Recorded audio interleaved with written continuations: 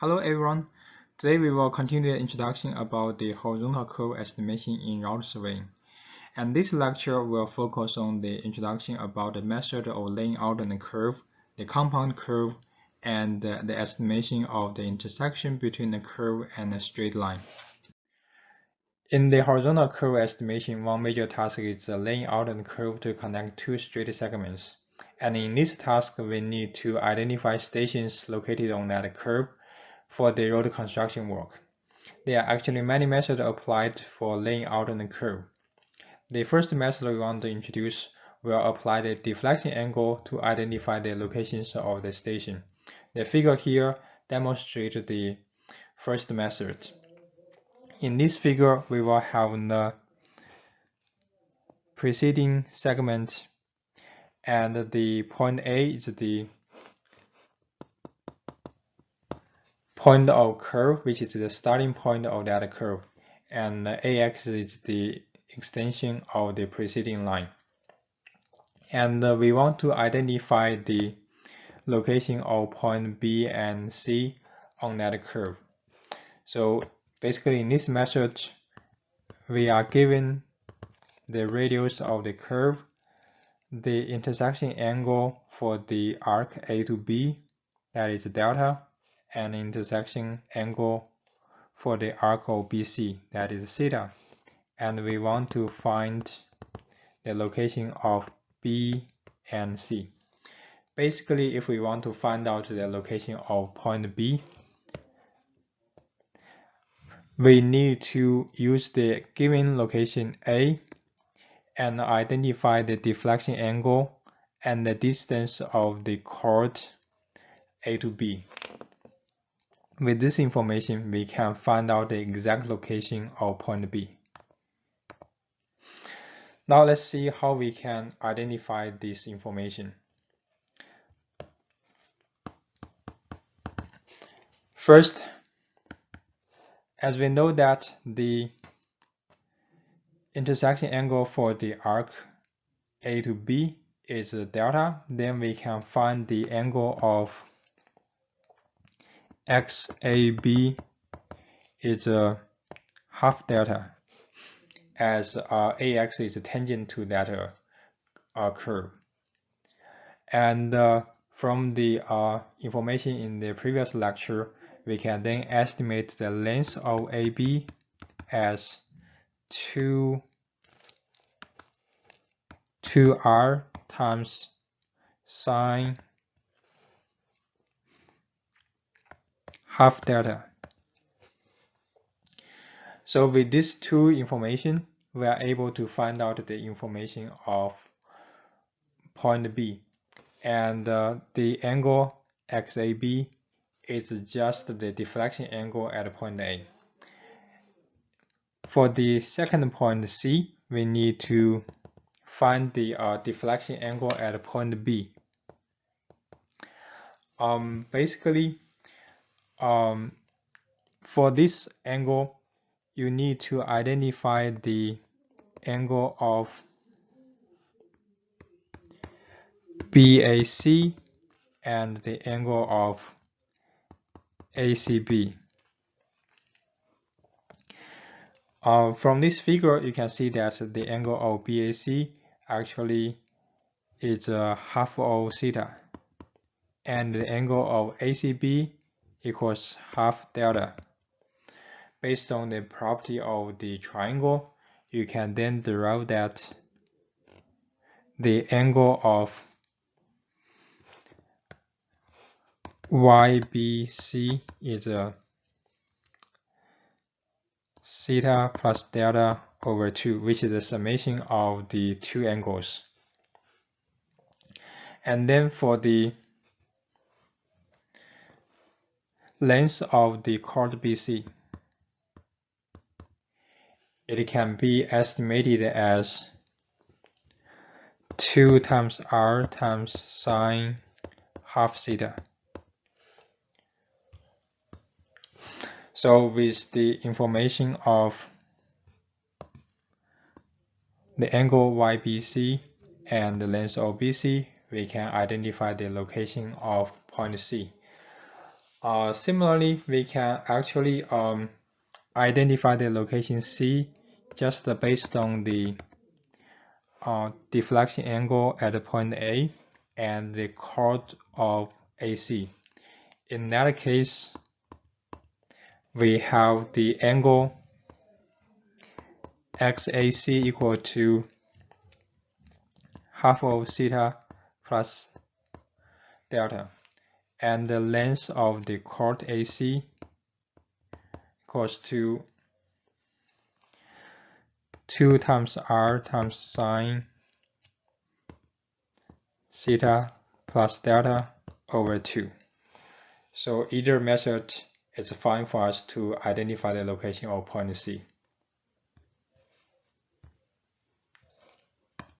In the real-world construction of the horizontal curve, we usually need to set up the same interval between the stations, and this indicates that we have to apply the equal deflection angle to identify the location of the stations along the horizontal curve.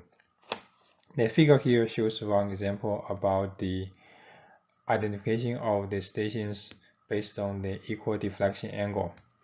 In this curve, we will set up 4 stations A, B, C, and D, and the intervals between these stations are all the same, and the intersection angle for each interval is set as capital D. Also, as the point of curve is not necessary to be the station, so the intersection angle for the curve between PC and A is set as D1, which is less than capital D. Similarly, for the last station D and the point of tangent, as the point of tangent is not necessary to be the station, we have to set up the intersection angle for this curve as D2, which is also less than capital D. With this information, we can then identify the deflection angle at the point A for the identification of all the 4 stations.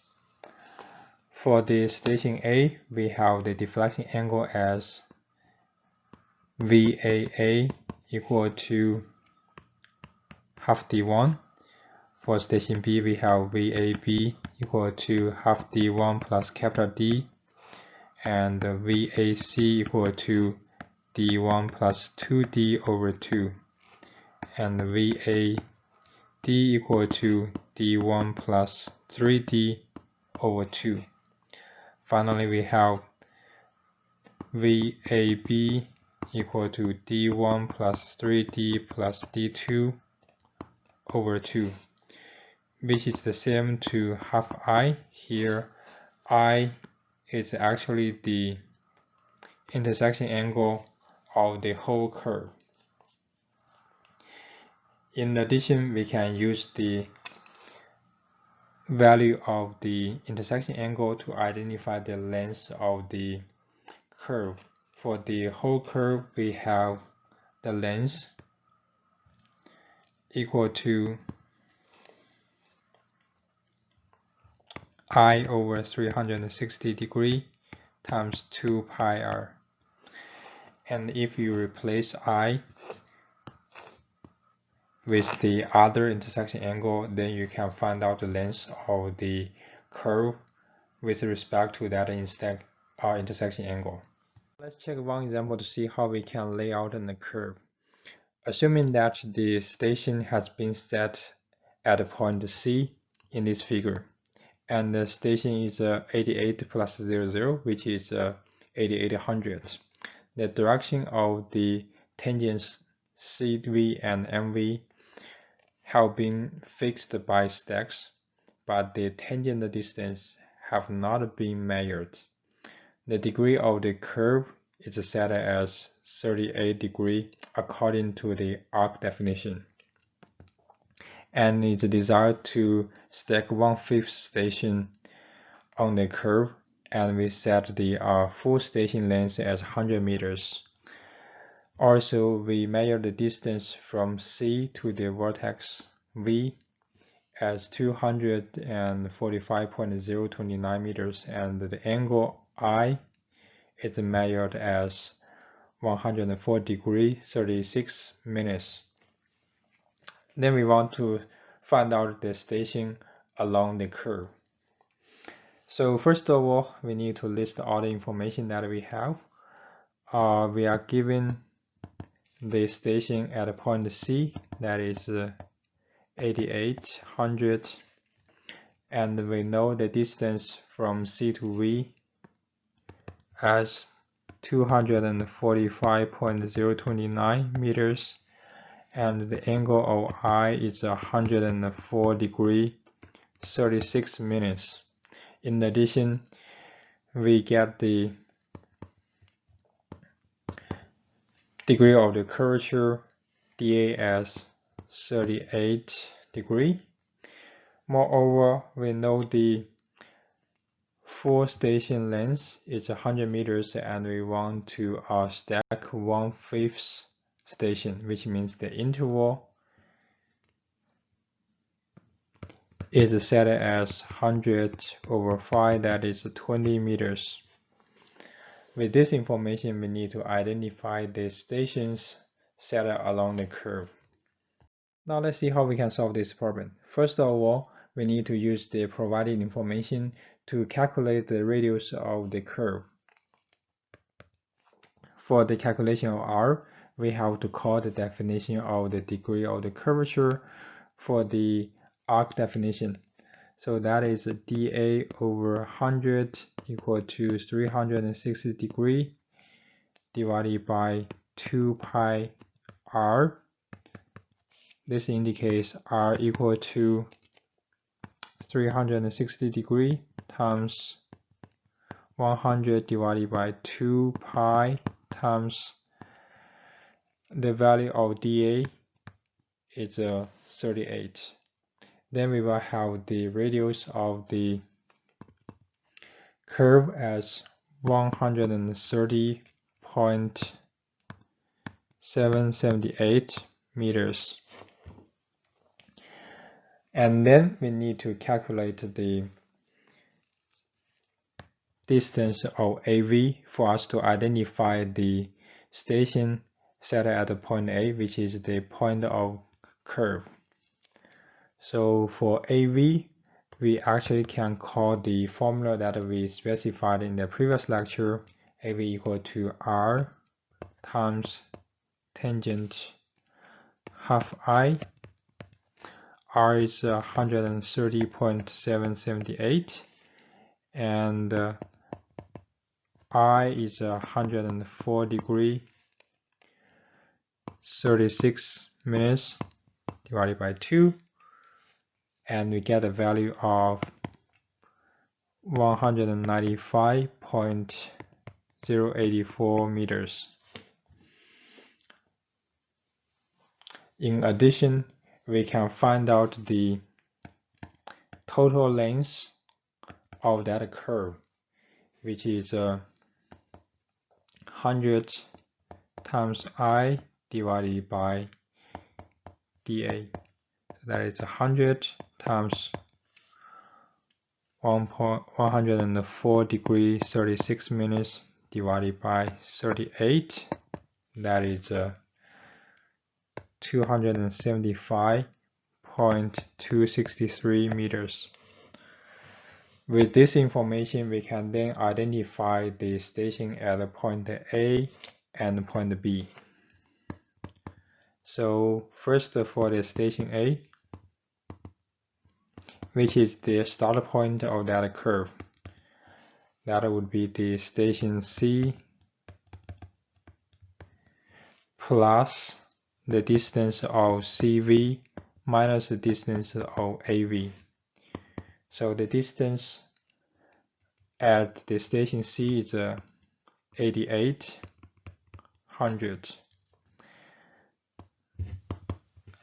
plus the distance of CV is 245.029 minus AV is 195.084. With that, we have the station A as 88 plus 49.945. Similarly, we can find out the information for station B, which is the endpoint of that curve. Basically, it equals the station A plus the length of the curve. So station A is 88 plus 49.945 plus the length of L is 275.263. So that is 91 plus 25.208. So these two are the start and end point of the curve. Based on the information of the interval between the stations, which is set as 20 meters, in this example, we can identify the first and the last station set on this curve.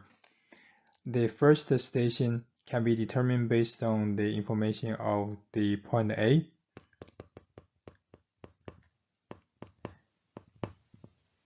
which is 88 plus 60, and the last station is determined based on the information of point B, which is set as 91 plus 20.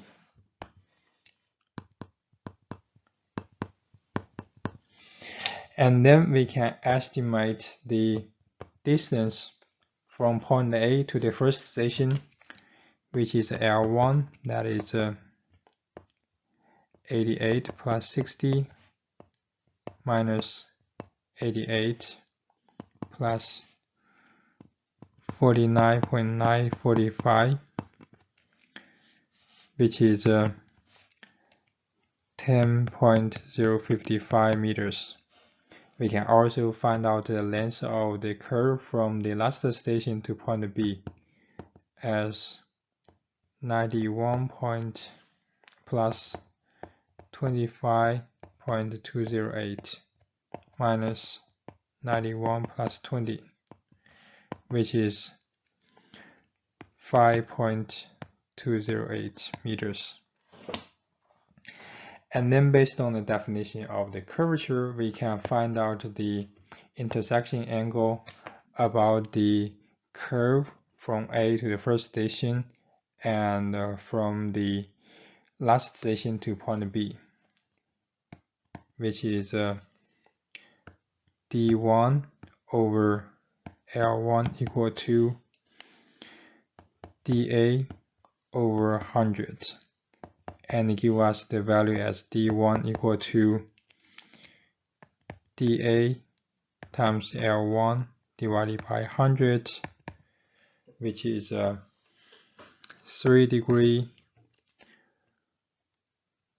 49 minutes and 16 seconds. Similarly, we can find out the value of D2. So we have D2 over L2 equal to dA divided by 100. That is D2 times equal to dA times L2 over 100.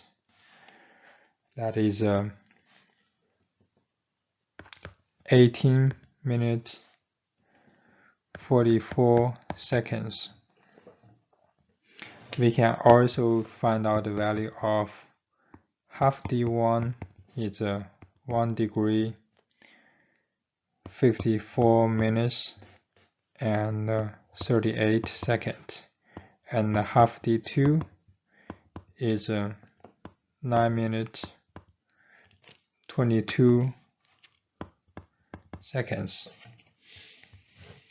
Then we can estimate the chord length for the curve from A to the first station and from last station to point B. So that is C1 equal to 2R times sine half D1, which is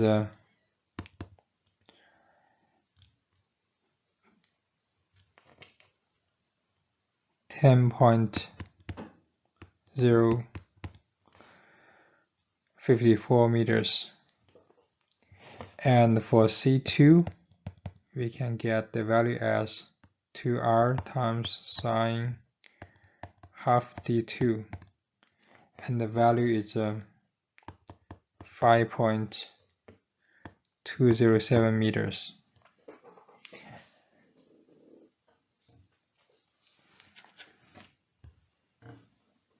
At last, we need to calculate the intersection angle for the standard interval and also the chord length. So we have the interval as 20 meters. Then we can identify the intersection angle for that interval based on definition of the degree of the curvature. So we have d divided by 20 equal to dA divided by 100. With that, we can find out that d equal to 7 degree 36 minutes. Also, we can find out half d as 3 degree 48 minutes. And we can then estimate the chord length, which is 2r times sine half d, and the value is 19.985 meters. And with all this information in the previous 9 steps, we can then summarize the information about laying out the stations along that curve. We will start from the station at the point of the curve, which we estimated as 88 plus 49.945, and it will be ended at point of tangent, that is 91 plus 25.208. This is the last station as we specified, and this is the first station. For all these stations, the interval is set as 20 meters. And then we will start from the point of the curve. The deflection angle is set as 0, and for the first station, the deflection angle is half d1, and then for the rest, you need to add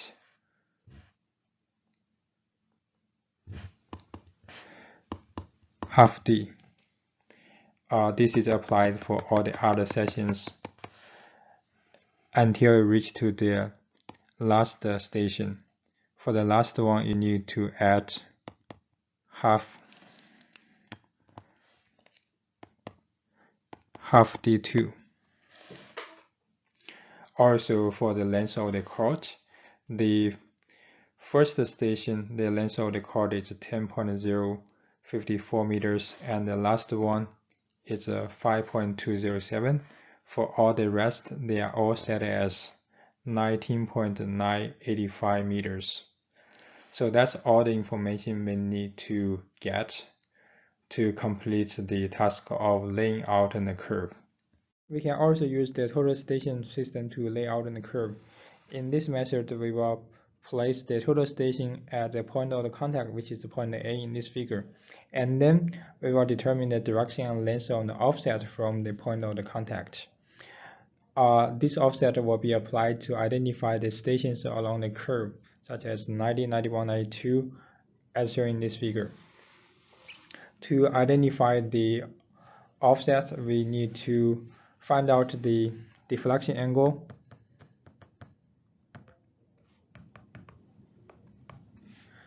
half theta, where theta is the intersection angle for that curve. For the station 91, the angle here is just the intersection angle, and half theta is the deflection angle. Also, we need to identify the length of the offset, which is also the chord length from the point of contact to the station. For that, we have the columns as L equal to 2R times sine half theta. And that's one method for us to use the total station to lay out a curve. We can also install the total station at a random control point, which would be the control point 4 as shown in this figure. With that, we can measure the offset from the control point to all the stations.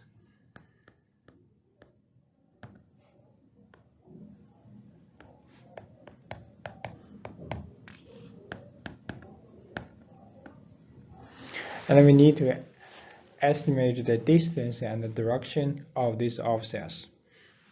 And this estimation can be conducted based on the location of the control point, the point of the contact, and also the point of tangent. We need to estimate the distance and angle based on the coordination system for each station. In the real-world design of the horizontal curve, sometimes we will use multiple curves with different radius to connect two straight segments. And this kind of multiple curve connection is called the compound curve. It could be applied to two or more simple curves. The figure here shows one example about the compound curve with two different radius, R1 and R2. The center of the arc A to D is O1 and the center of the arc D to C is O2. We can actually apply the vertex triangle method to analyze the compound curves for the horizontal curve design. In the compound curve, for the example in this figure, we will find out the line A prime to B prime, which will be tangent to both curves AD and DC. And the tangent point is the intersection of these two curves. With that, we have A prime B prime will be perpendicular to the direction of O1, O2, which is a line from the center of the arc AD to the center of the arc DC. Moreover, for arc 1, which is AD, we know the radius R1 and the intersection angle I1. For the arc 2, which is a DC, we know the radius R2 and intersection angle I2. Also, we can derive the information for the length A prime D equal to A prime A as R1 times tangent half I1. Similarly, we have B prime D equal to B prime C equal to R2 times tangent half I2. We can also identify the deflection, the length from A to V, and the length from C to V, and the deflection angle I1 plus I2. And those are the necessary information for us to do the analysis and lay out the curve for the design of the horizontal curve with the compound curves. The table here shows the information of several segments in the compound curve design based on the vertex triangle method. We can identify the directions and the departure and latitude of 5 segments: O1A, AV, VC, CO2, and O2 to O1. Assuming that the azimuth of the side O1A is 0, this is actually one assumption.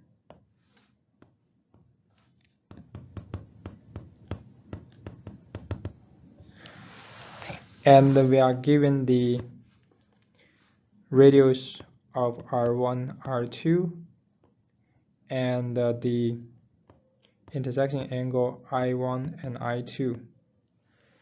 With that, we can calculate the length of all the 5 segments and the departures and the latitudes. In this table, if we go to check the 5 sides, they actually formed a polygon in this figure, which is O1A, V, C, and O2. Also from the table, you can see that we know the information of all the other variables except TL and TR. Or in this table, actually I equal to I1 plus I2.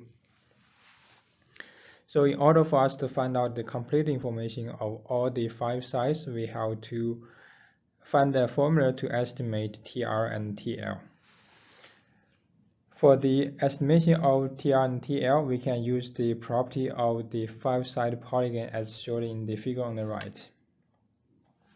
For the polygon, we know that the summation of latitude for all the corners should be 0. And this one gives us the equation as R1 minus TR times cosine 90 degree plus I plus R2 times cosine 180 degree plus I minus R1 minus R2 times cosine 180 degree plus I1 equal to 0. And this is equivalent to TR equal to R1 minus R2 times cosine 180 degree plus I1 plus R2 cosine 180 degree plus I divided by cosine 90 degree plus I. So that's the way for us to find out the value of TR. Also, for TL, we can use the condition, the summation of the departure equal to 0, which is equivalent to TL minus TR times sine 90 degree plus I minus R2 times sine 180 degree plus I minus R1 minus R2 times sine 180 degree plus I1 equal to 0. And this one just indicates that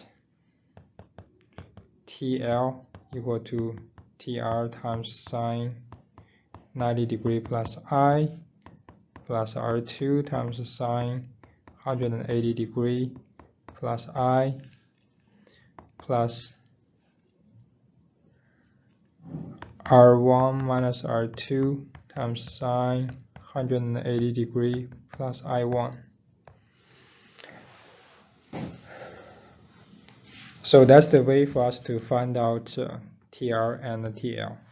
Also, I should remember that for some extreme situation, it's possible that there will be some multiple solutions.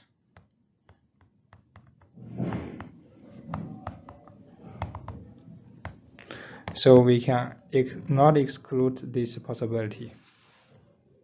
So that's all about lecture today. Thank you very much for your attention. In this lecture, we introduced the method to lay out a curve and the compound curves. In the next lecture, we will finish the last content of the horizontal curve design, that is the intersection between a line and a curve, and introduce the super elevation and the vertical curves.